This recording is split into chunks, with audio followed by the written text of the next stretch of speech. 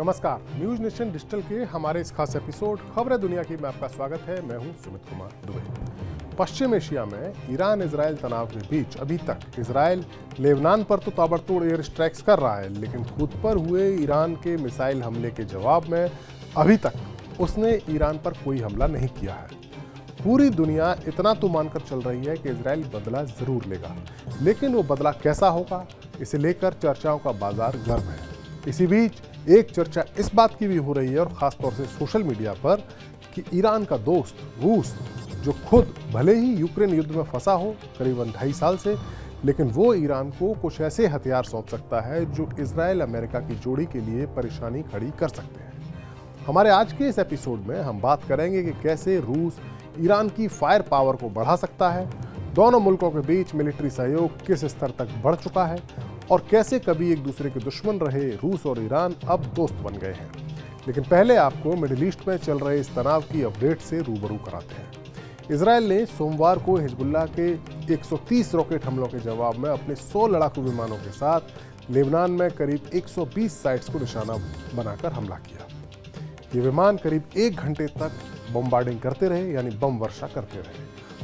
Israel defence forces के प्रवक्ता ने लेबनान के जो सिविलियंस हैं उनको अगली सूचना तक अवली नदी के साउथ की ओर समुद्र के तटों पर या नावों पर रहने से बचने की चेतावनी दी है।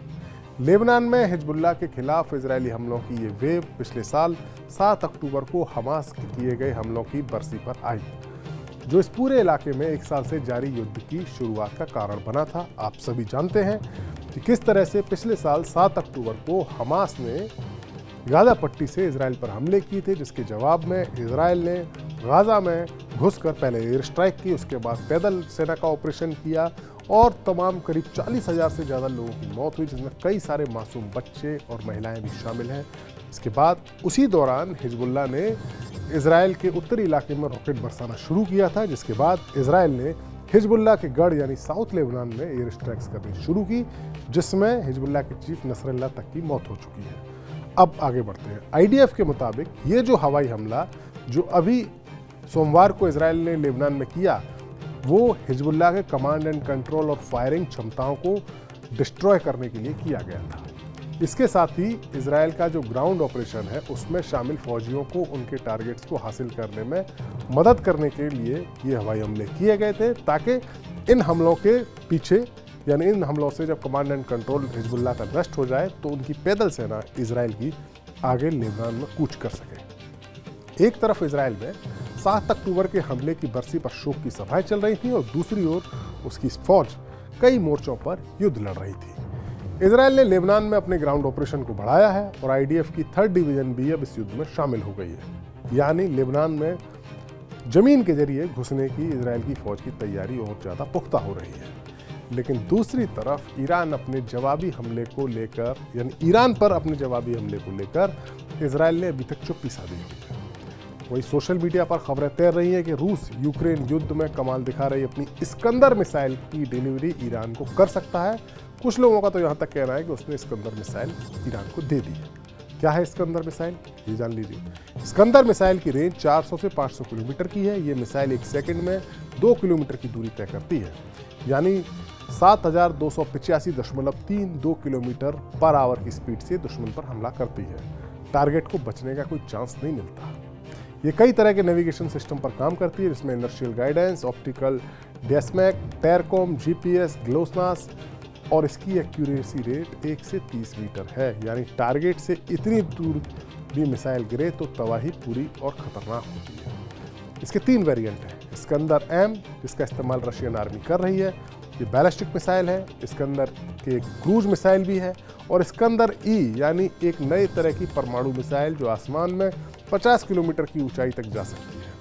कुछ दिन पहले रूस के हमले में इस मिसाइल ने, जो रूस ने हमला किया था, उसमें इस मिसाइल ने यूक्रेन के पोल्तावा शहर में भारी तबाही मचाई थी। इसमें 50 से ज़्यादा लोग मारे गए थे। इसके अलावा 219 से ज़्यादा लोग जख्मी हुए थे। ये जो हमला रूस ने किया था यूक्रेन में, उसकी चर्चा पूरी दुनिया में हुई थी, और इस्कंदर मिसाइल कितनी घातक है उसकी एक नज़ीर पूरी दुनिया ने देखी थी। अगर ठीक ऐसा ही हमला ईरान ने इजराइल के खिलाफ कर दिया, जो रूस की इस्कंदर मिसाइल अगर उसे मिली होगी, तो फिर बेंजामिन नेतन्याहू के देश ईरान या इजराइल के किसी भी शहर में भारी तबाही मच सकती है।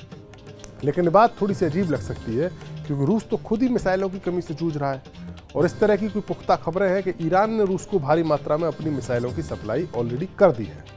अमेरिका के अखबार द वॉल स्ट्रीट जर्नल की एक रिपोर्ट में दावा किया गया था कि ईरान रूस को ड्रोन और मिसाइलें दे रहा है। खबर में दावा किया गया कि रूस को ईरान ने सैकड़ों की संख्या में फतह 360 शॉर्ट रेंज बैलिस्टिक मिसाइलों की डिलीवरी की है।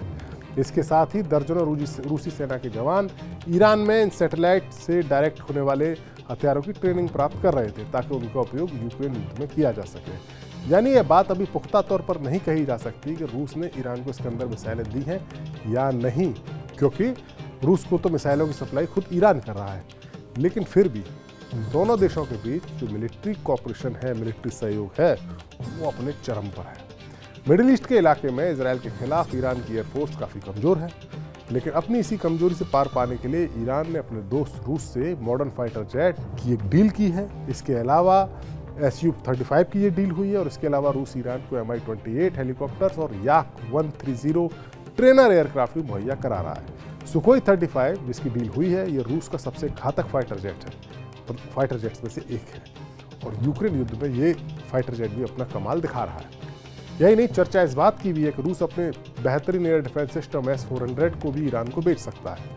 रूस ने अभी तक ये सिस्टम बस भारत, चाइना और टर्की को ही बेचा है। यूक्रेन युद्ध में S-400 की कुछ बैटरीज नष्ट हुई हैं।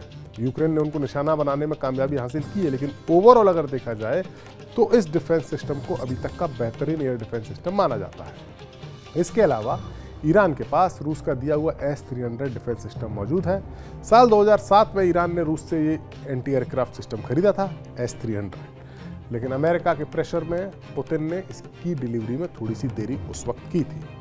बाद में रशिया ने ईरान को S-300 की डिलीवरी की और 2019 से ही ये काम कर रहा है, रशिया ईरान के पास है।